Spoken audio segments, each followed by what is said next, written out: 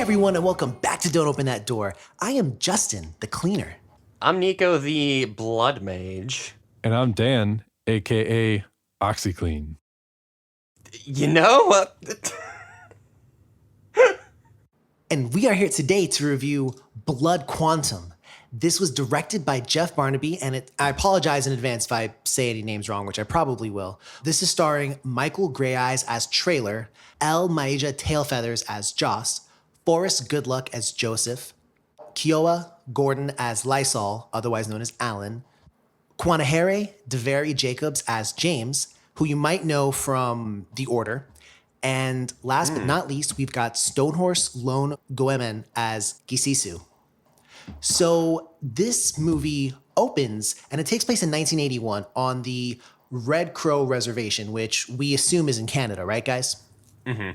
So we open with a man named Trailer. He's an indigenous police chief, and is responding to a call about his wife's kind of dying dog. Trailer puts the dog down and then goes to see his ex-wife, Joss. Joss informs Trailer that both of his sons are in jail, and Trailer's like, all right, I'm not going to go right now. I'll bail them out at like noon. He then goes and pays a visit to his father, where he sees that his father has some salmon that are gutted, but they're still alive. They're still moving around. In addition, when Trailer opens up the trunk of his car, his dead dog reanimates and he puts it down for a second time. So things are getting kind of weird, but they definitely take off after this, right, Nico? Yeah, it's kind of it's interesting for sure. When I first started this, it definitely had some like kind of Twin Peaks vibes because of the time period, but that definitely changed. So Trailer goes to get his sons, Alan, otherwise known as Lysol, and Joseph. They are in a cell with an infected man. They don't know that he's infected at the time. And the man attacks Trailer and his sons, but no one, again, figures out that he's a zombie. They just think that he's lost his mind. We then find out, though, that Joseph's white girlfriend is pregnant with their child, which is a rather sweet moment, all in all. Later that day, though, Trailer responds to a call involving a pregnant woman, only to find that the pregnant woman has unfortunately become a zombie. She kills her baby and attacks Trailer and the father. Trailer kills her and goes to find his ex-wife. Society is then breaking down all over the place, and Trailer and his family manage to escape. Cue the Always Sunny intro card. Not quite, but cue a 6-month time skip. So, Dan, what happens post-time skip?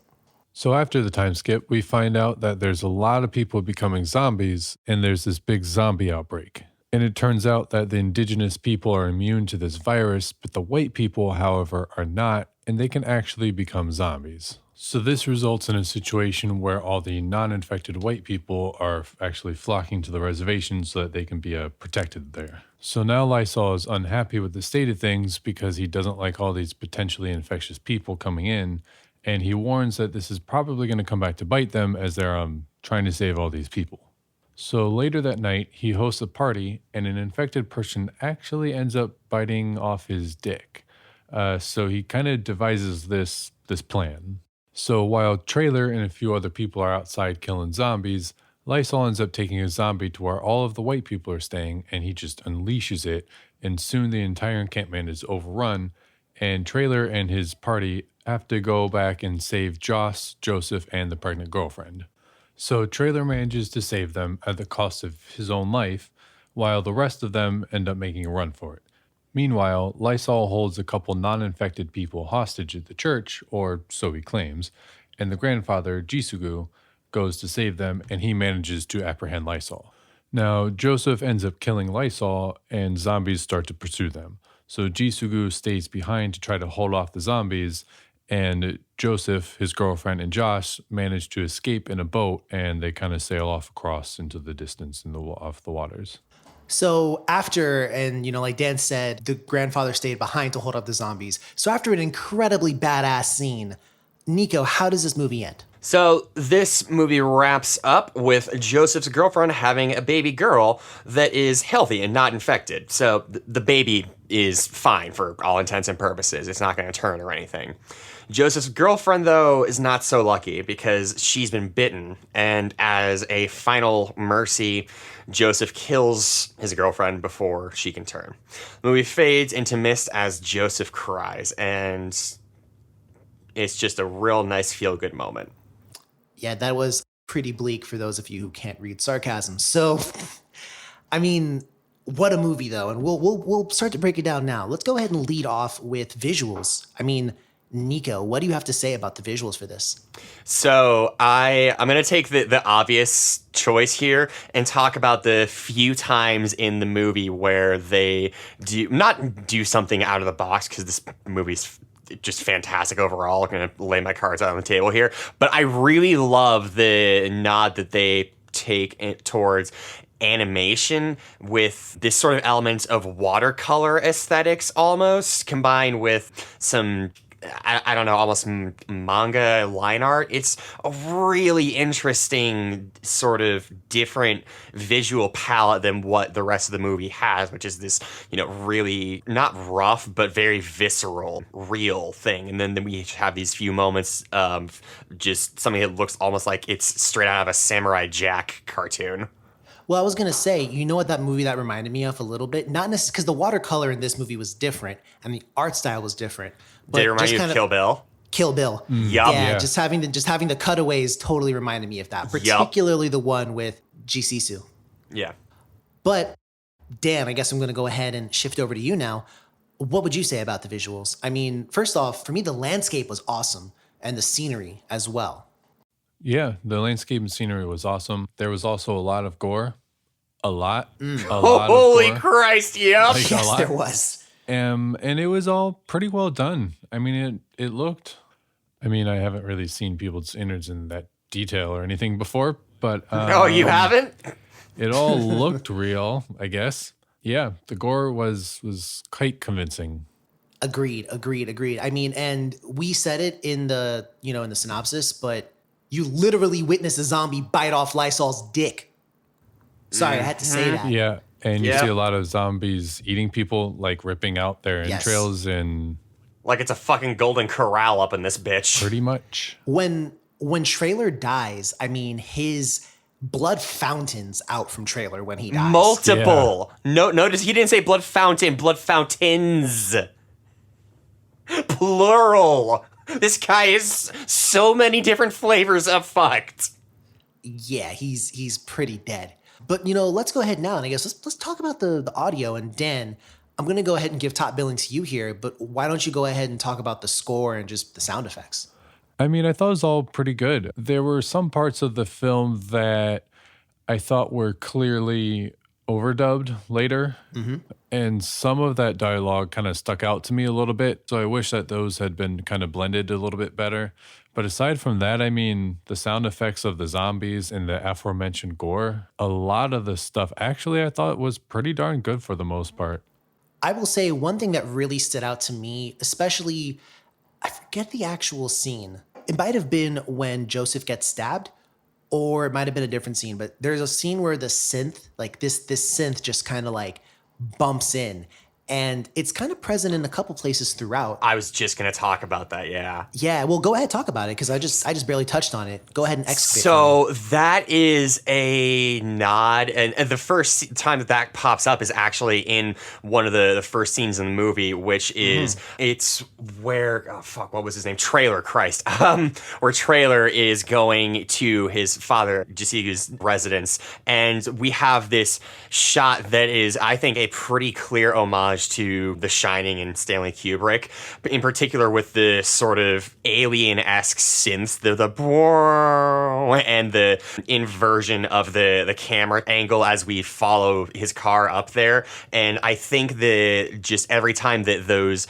effects appear, we can kind of take that as both, like a little bit of a tongue-in-cheek nod to like, hey, I did the thing, but also as sort of like a nod to just the overall chaos and the lack of control that these people have in their lives, similarly to how, what was the kid's name in The Shining? I can't remember, but how they didn't have any control of their lives either, really. Okay. So, one thing that's really big and present in this movie, and I'm going to kind of lead off, kind of talking about a couple different themes that run throughout, because as you all well know, and as listeners, if you're, any kind of horror fan, you know this as well, zombie movies are never just about the zombies. So this movie has actually a lot to dissect. And I'm going to lead off with perhaps the most obvious, which is the film's title, Blood Quantum. So that in and of itself is a reference to blood quantum laws. They were laws in the United States, and I'm not certain if they were also present in Canada, but I'm definitely certain they were in the United States. And it was basically another fucked up racial thing, basically, but it was basically used to define the fraction of your ancestors who were basically documented as like full-blooded indigenous people. And they use it for different things, basically.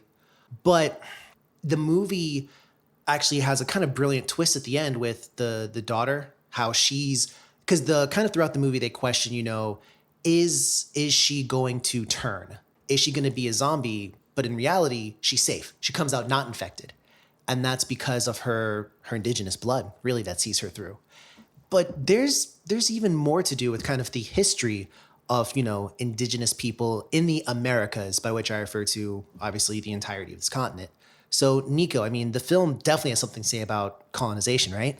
Oh, for sure. Yeah. There's one scene in particular that is a little less tongue-in-cheek about it. I can't remember who the narrator is, but it's more of a higher up within the community for the Red Crow Reservation is saying that, this is being the plague is Mother Nature coming and just sort of resetting us all for the sins that we've done to the earth.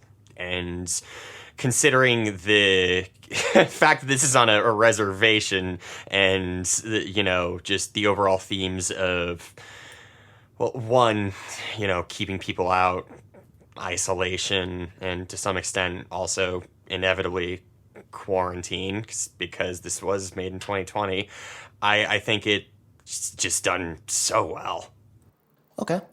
Dan, do you have anything else that you might have picked up on in the movie in terms of themes? Yeah, this movie was not made in 2020, by the way.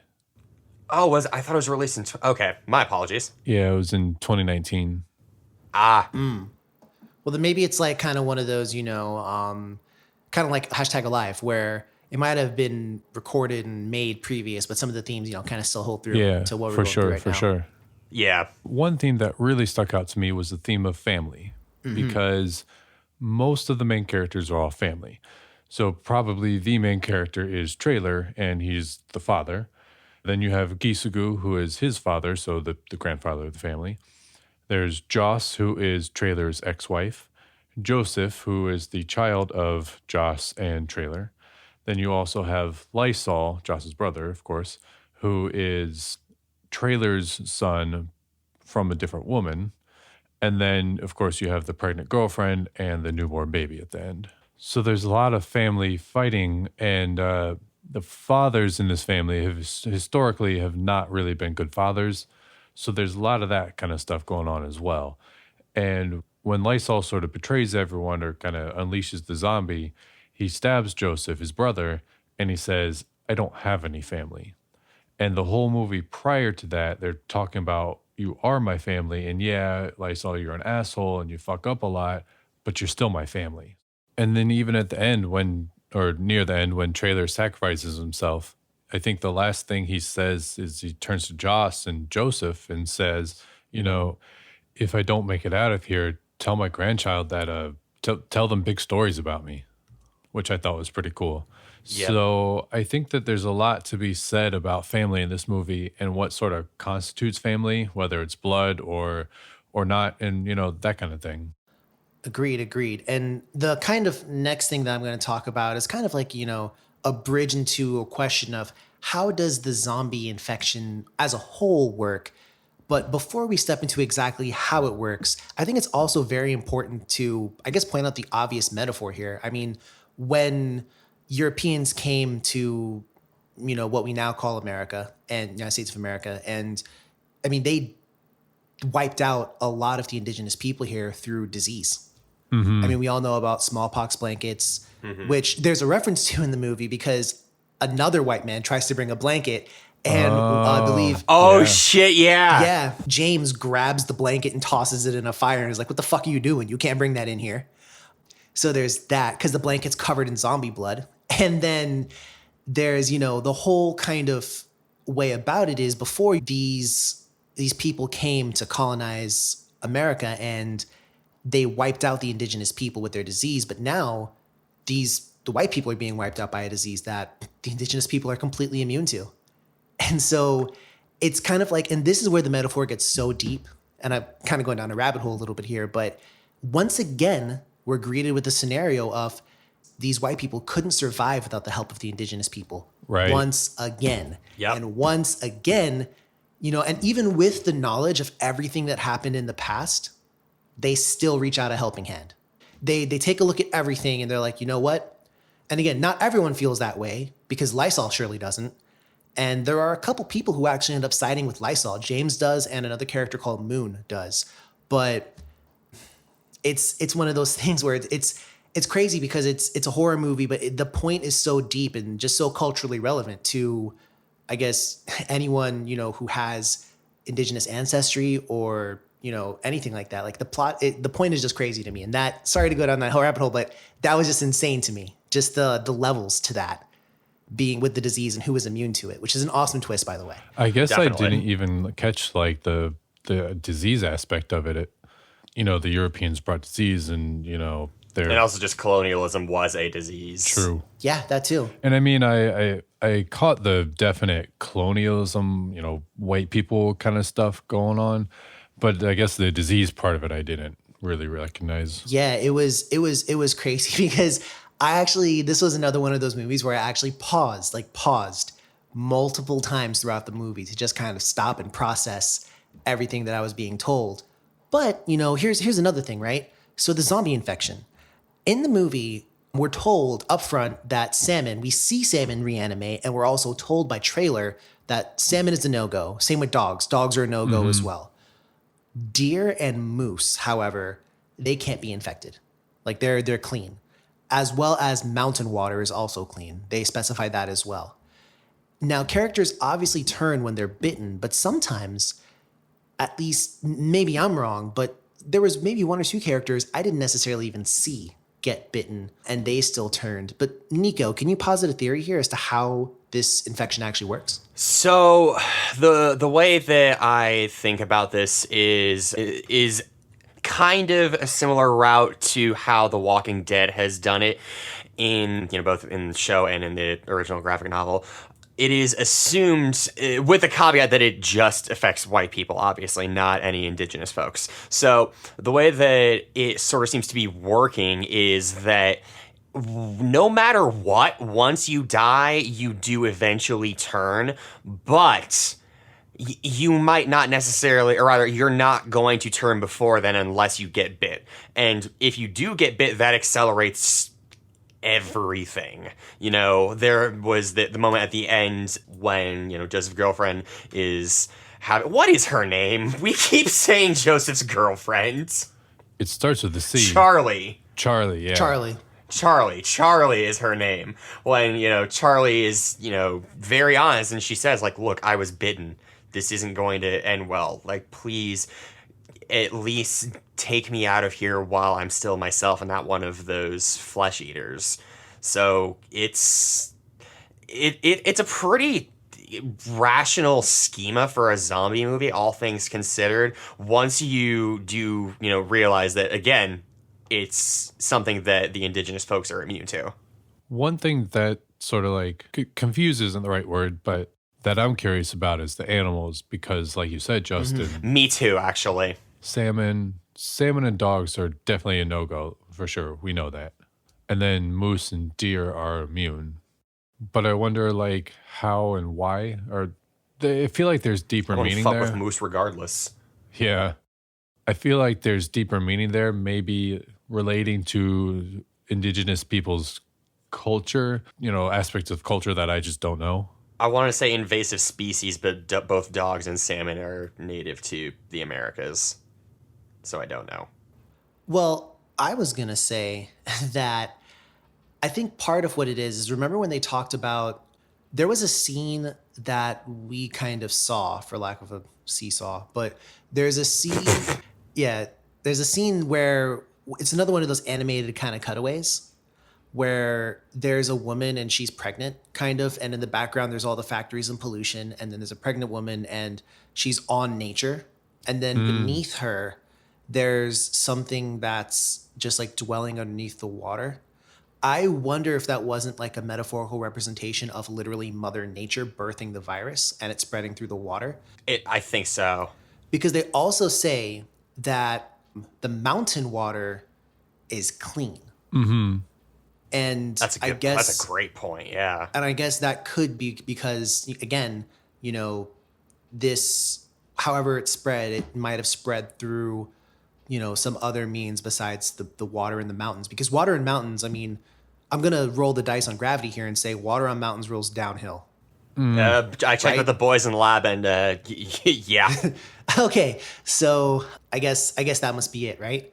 That the water like out in the open rivers and maybe the oceans too, I don't know, are contaminated. Maybe it has something to do with like toxicity. In our city. Wherever. Man, I don't know, but it does definitely, you know, it's interesting. And I thought about that for a little while as to how they never talked about birds. That would have given me my final clue. True.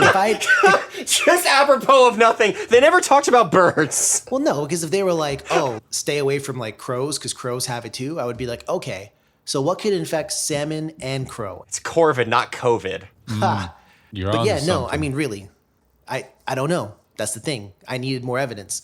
But again, and this is also leading to something I also enjoyed about the movie, which is they didn't over-explain it. Right. And I didn't necessarily Yeah. need them to over-explain it. It just was, this is what it is, deal with it. That's true. Yeah. And like, as much as we're positing these questions and stuff now, you're right. Like, it didn't take away from the film. I'm not like, oh man, that was a plot hole or anything. It's just something I was curious about. But even having those answers, I feel like it wouldn't change my views on the movie. It was an afterthought, not an interruption to the viewing experience. Yeah. Exactly. Good way to put it, Nico. And I guess here's another question I have for you guys, straight up. Listeners of the pod will know that we've reviewed #Alive. We've also reviewed Train to Busan. So we've gotten a small sampling of, you know, international zombie movies. And it just kind of seems to me that the US really isn't killing it anymore at the zombie game. I kind of feel like a lot of better, I should say for lack of a better word, zombie and zombie-esque, zombie-like films are coming from overseas. And I wonder why. I have my own theory, but I want to hear from the man of the moment.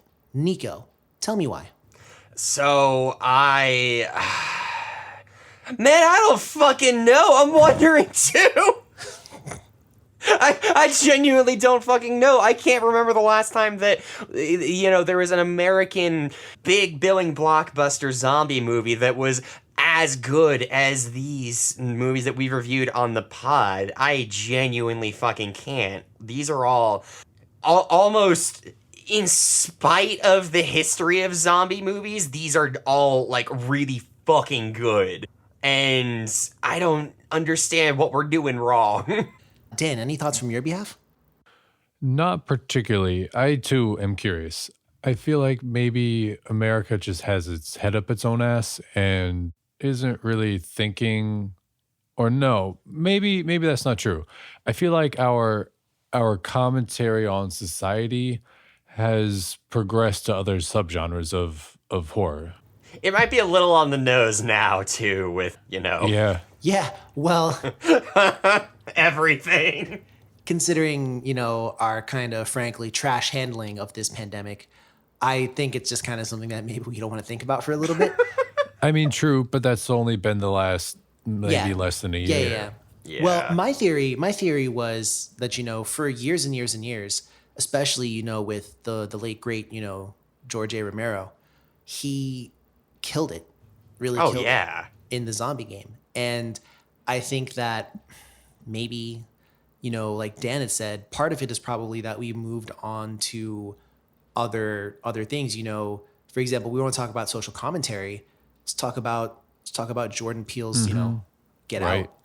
Let's talk about that. I mean, that's clearly not a zombie movie, but that's a horror movie that has a social message. And I think that we'll have to see. We'll have to see if maybe we get some. And keep in mind, to listeners, we're not directly speaking on, smaller independent filmmakers that might have some boss zombie movies for all I know. We're kind of talking about bigger, major blockbuster movies that when you go to your local movie theater, you're going to see that in bright lights, the movie poster or something else like that. Do you think that maybe America got burnt out on zombie stuff after The Walking Dead and there were a couple other I big think zombie that's stuff? gotta be it, man. Yeah, because definitely in the late 2000s, early 2010s, we definitely got a ton of zombie flicks that Show came has out. been going on forever. Wait, didn't it just recently end? Has it ended? I don't know. I don't watch it. Nico, I think you're right either way. I remember recently hearing about it ending or planning on coming to a cease. Yeah. So you are correct. It has Okay. stretched quite a while. Yeah. And I mean, I guess that's just something that, we'd be interested in hearing from the audience as well. If you guys have any ideas as to why, what's kind of caused a little bit of, I guess, zombie fatigue or not as many in the recent years, really. You know what I just realized would be a good movie to watch? A good What's that? American zombie movie to watch right now, given What's that? Corona and everything, would be I Am Legend. Oh my God. Because if we, talk about hashtag alive and isolation and stuff, I mean, I Am Legend touches on the same kind of stuff. So interesting enough, you've spoken heresy, Dan. Why? I'll have you know those creatures are vampires. Oh, They are, yeah, in fact, you're right. God damn it, vampires. you're right. Fuck. You're right. It's okay though. In the movie, they're They're kind of like a zombie-like. weird. They're zombie-like. They're Yeah. one of They're those kind of. reclusive. Yeah, I mean, Stakeland is another one where they're vampires, but come on, dog, those are pretty zombie-like Yeah. vampires. But in any case, I got a question for you, and Dan, I'm going to lead off with you because I really want to hear your take on this. Oh, Lysol, yeah. perhaps a controversial character to say the Yep. least. Were any of his actions justified, and do you consider him to be a villain? I do consider him to be a villain. I don't think his actions are justified. However, I do think that he was semi-justified in the thoughts behind them, because I get where he's coming from, that accepting all of these, big hazards into your safety zone could be a big backfire. I agree with that, but I think the ends do not justify the means, I guess. And I think his plans were stupid because there's a million ways it could fail and only like one way it could not fail. And you pretty much just doom like everyone. It was some Team Rocket level shit, y'all. Yeah. Now, granted, the main characters foiled his plan, so maybe if they hadn't foiled his plan, maybe it would have worked out okay. But again, I think that there was like a million ways it could have failed and very few ways it could have not failed. So I don't think he was justified in what he did, but I do understand where he's coming from, and I understand the sentiment. So, Nico, I guess I'm going to lead off with your question first. Would you consider Lysol to be a villain? Oh, for sure. Yeah. Okay. Absolutely. But were any of his actions justified? See, here's the thing. Lysol's my favorite kind of villain. He is a character that just fucking oozes charisma, and because of that, you like him in spite of his, decisions and actions. Just, you love to see it sometimes, folks. You just love to see it. And I loved his character, even though he was kind of a maniac towards the end. But I do completely understand his justifications, particularly with a line that I won't take away from you. Oh, no, say it. Say it. Okay. There's one line where Lysol is talking to Joseph, and he says, "Do you think that sick chick made it into the Muppet House by accident? Where do you think I got the idea?" And that was just, boom. Fucking Gunshots. money. Yeah, Like the gif of super hot fire, just like the crowd losing his mind. That's what was going on in that moment. yeah, that line and that delivery gave me fucking chills, bro. Yeah. I mean, from my perspective, Lysol confirmed fucks. not anymore, confirmed. Confirmed. So Yeah. for me, here's what I'm gonna say. Lysol is a villain only because they wouldn't let him be the hero. Yeah. No, absolutely. And I think that, because for me, and again, I don't know why in the villains I always see myself. Am I such an edgelord? But no, so 50% of the time. I think that Lysol from the start, we know that he has a terrible relationship with his father. And he's got a younger half brother who looks up to him, and he doesn't treat his younger brother very good. I mean, he literally says, if you've got to get arrested to spend time with someone, maybe I'm not a good person. And he even, there's a scene where he gets high and he's having a real heart to heart with his brother, half brother. And he goes, I'm not a good guy. Don't look up to me. I'm a piece of shit. Give it some time. You'll see. I'm not good. And that's so true. Like, that's so true. I feel like, though, after the time skip, we see him actively protecting his people. And that's what he wants to do. Yeah. I feel like at the root of it all, he wants to protect his people. Oh, for sure. And it probably doesn't help the situation that his half-brother's white girlfriend keeps bringing all these other white people who might be infected. And it keeps warning him, listen, at any point in time, this could backfire. So that's what he wants to do. He wants to show them exactly how bad it could backfire. Now, yes, his family did get put in danger because of his actions, but that's only because they tried to save the white people. It's true. If they hadn't tried that, I'm pretty sure his whole plan, at least, was to make it so at least most of them would live.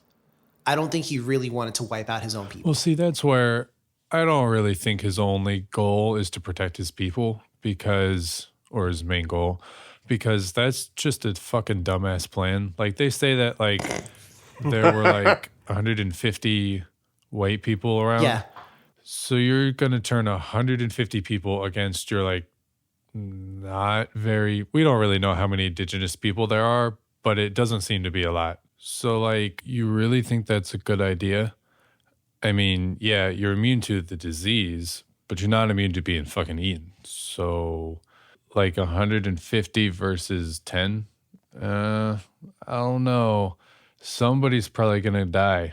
So, I feel like you're not really protecting your people if you're putting them in that much danger. Well, that's why I think it all went sideways once he got his dick bitten off. I think he kind of lost it. Yeah, he did lose it. Okay. I think he kind of mentally maybe lost it a little bit after that moment. But still, I don't know. I find his character and his motive. I feel like if his father ever really listened to him, I think things would have turned out much, much, much differently. And also, it would have been a much shorter movie, too. Like, oh, yeah, you're right. Let's not let these fuckers in. Got it, Pops. Can do. Roll credits. But here's the thing, too, right? And this is the part that really gets me. He tells him, because there's a scene in the movie where Lysol points a gun at Charlie, Joseph's wife, or girlfriend. I keep saying wife. His girlfriend. And he apologizes for that later. He's like, nah, I shouldn't have done that, man. He was like, and the fact that you punched me makes me think you'll be a good father. And he literally says, like, and this is another line he said that really hit me. He's like, you don't got to be a trash father. Like, that shit is optional. Yeah. And I was like, damn, I kind of fuck with that. Like, I that kind ain't of feel the fucking that. realest shit you've ever heard. It's real talk, man. It's real fucking talk there. I mean, it's real talk, but I don't know. I feel like it doesn't get me because talk is just talk. Shit. Anybody can come up with lines like that. Damn. Because Joseph, he also says jokingly, but he's like, if it's an option, then why are you still an asshole? That's true. Anybody can sit here and say, don't be an asshole. Literally anybody can say that, but it actually takes a real person to not be an asshole. Oh, yeah, no, it's definitely a do as I say, not as I do type scenario. Oh, for sure. True. But it's just like, I don't go, oh man, he's got such great ideals when he literally doesn't follow any of them. You know, that's fair. I mean, I don't know. That's fair, Dan. I still bank a little bit in my man's Lysol. I have a little bit of respect. cleaning up the zombies. Yeah, he does. But now, I have a question here, and it's kind of a what would you do? And I thought very long and hard about how to pose this question and what I would ask. So let me ask you, and this is probably a little more philosophical than previous ones we've had. I'm intrigued. But first off, let me ask you this. Let's say, and this is going to be like fucking impossible to ask this question in this day and age in America, but let's, for example, say that we're not in America. We're not even on Earth. We're on a fucking imaginary planet shit. X, right? Damn. And there's 3 races of people, and we are the race that, historically had been picked on. Would you, in a situation like this, let those outside people in who had basically abused your people and tormented Fuck you no. for centuries? Well, Nico's given us his answer. Probably Dan, not. would you? But that's one of those questions that I feel like I can sit here and I say it, but I don't know what I would do. I mean, I'm a white dude. Actually, No, I think I want to retract my answer. I think I would probably let them in. I can't really speak on that. I think I would absolutely let them in. See, my thing is this. It really is a question of, are you Joss or are you Lysol? Oh, fuck, I don't know. I keep going back and forth, man. Shit. I mean, I feel like my character, I'm more of a Joss rather than a Lysol. See, that's what I would think because, again, they talk about, there's multiple times where not just Joss, but also Joseph tries to convince Lysol, like, it's us versus the zombies. And Lysol's like, nah, fuck that. I am not with them. It's us, like being the indigenous people. Yeah. So I personally, from my point of view, and this is going to sound really fucking cold-blooded, but I don't know. I don't know if I could. I don't know if I could, for the good of my people, let those people in, especially if I've been burned before. And I think that is the crux of why I can't fully condemn Lysol. Like, Dan's right. He made some dumb fucking decisions. He made some real dumb fucking decisions. But I don't know. I kind of think and it's a tough fucking question, right? If the shoe was on your foot, what would you do? I mean, it's a tough question, but I guess also how much of it has to do with race, though? Because, I mean, if it were any other race that didn't oppress them, or oppress isn't even the right word, really, but fuck them over for centuries, if it was any other race, I feel like you'd still be in the same predicament minus the history. Well, I feel like I would have a lot less bitterness. Like, let's say it was, how about this, for example? Let's say we're on Earth, right? And some aliens fucking come down and they're like, yo, some of us are like zombies, but not all of us, dog. Can we come stay here? And we had no history with those aliens before. I think you're right, Dan. I think I'd still say no. And not only is it some of us aren't zombies, but all of us will become zombies. We're just not zombies yet. Yeah.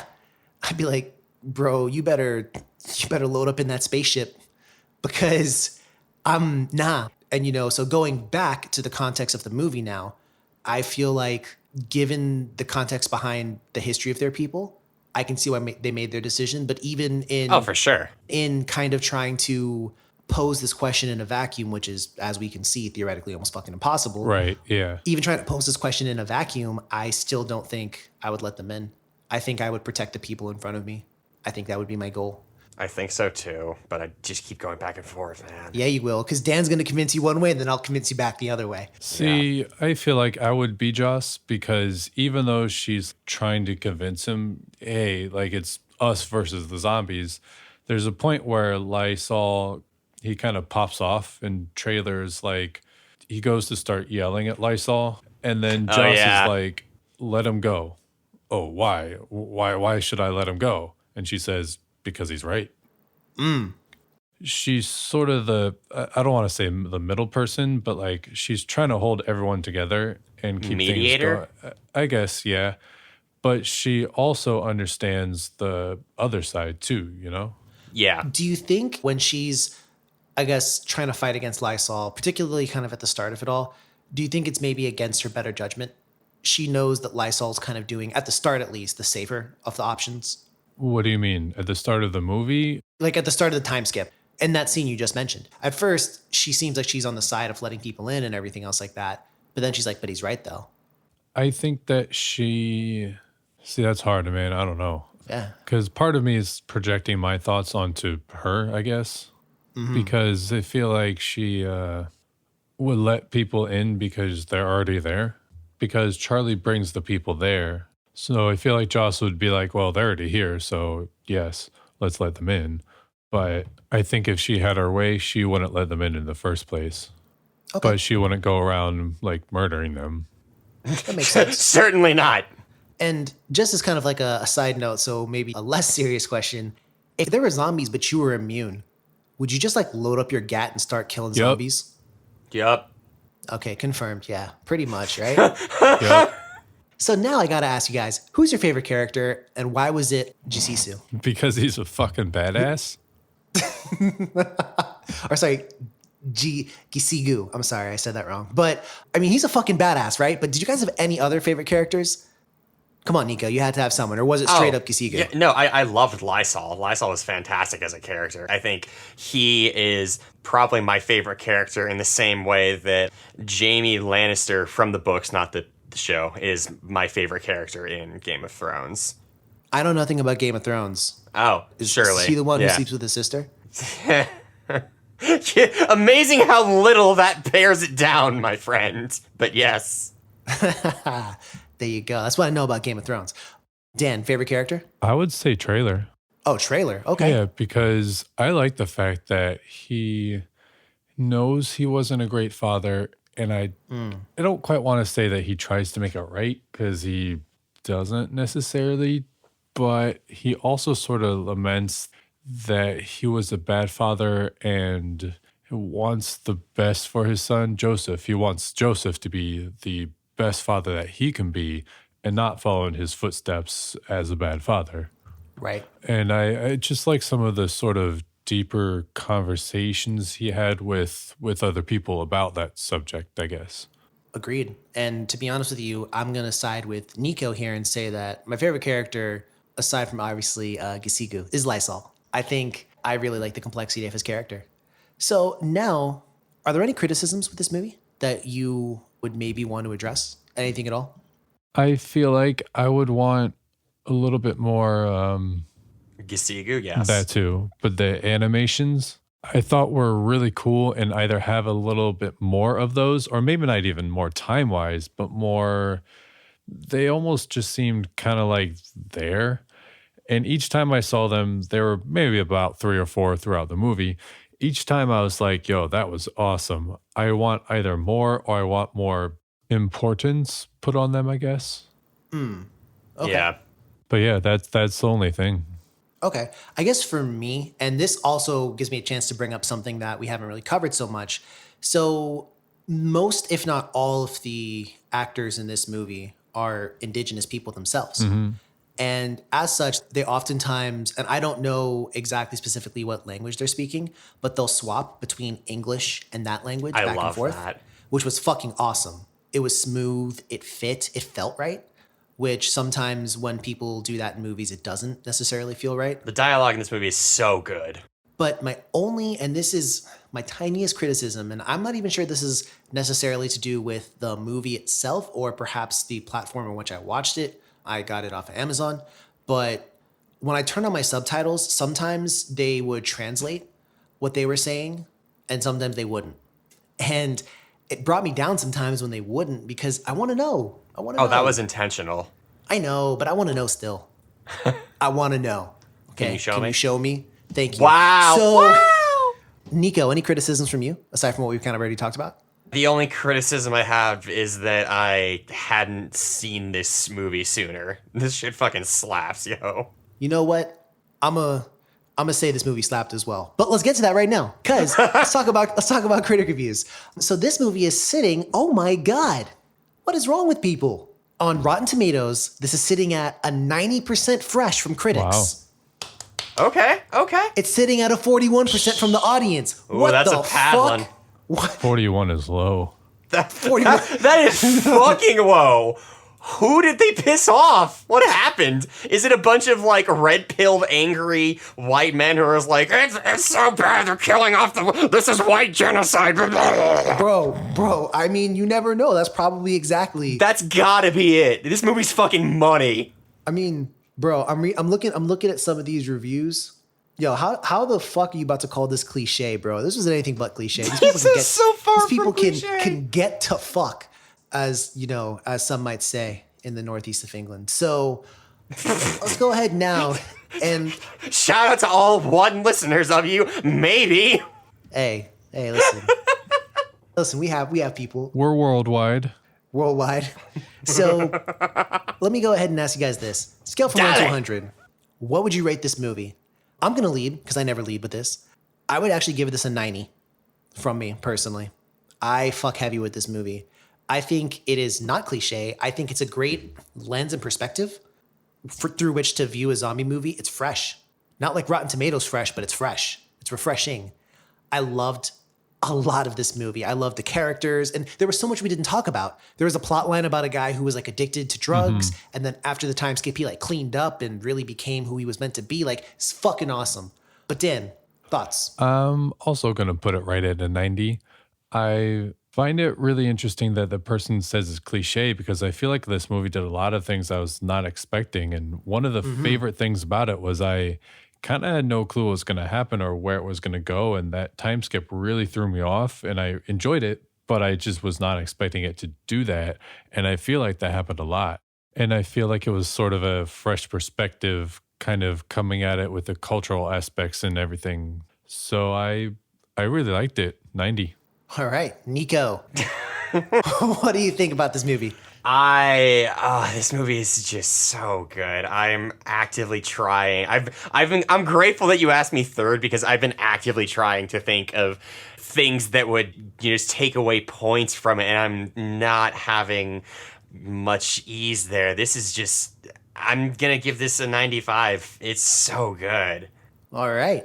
Well, now let's go ahead and put it all on the table, shall we? Would you recommend this one to a friend? I would. Yes. Oh yeah. And let me just pull out my stamp there. Does this get the golden seal of approval, Dan? Yeah, it slaps. Nico? Yes. It's going to be a yes from me. This is going to get the golden seal of approval. I feel like we've been giving these out. We've been watching some really good shit lately. I'm not upset with it. I am not upset with it either because trust we deserve it. Yeah, but it's going to come back around. I feel like we're about to get a bunch of really bad ones. Yeah, but yeah, so I have no idea what you're talking about. So that's been it from us here at Don't Open That Door. You guys have any last things to get off your chest before we bring this one to a cease? It do be slapping though. It does fucking slap. Yeah, and just get your shit together, America. Like, come on. Yes. Yes, please. But yeah, if you liked what you've heard, please go ahead and give us a follow. We're on Twitter at DOTD Horror. We're on Instagram under the same name. That's at DOTD Horror. We're also on Facebook. Don't Open That Door. So that's been it from Nico, Dan, and Just. If you haven't seen Blood Quantum, go fucking watch Blood Quantum. It's so good. Keep yourself safe. And please, ladies and gents, don't open that door. Bye.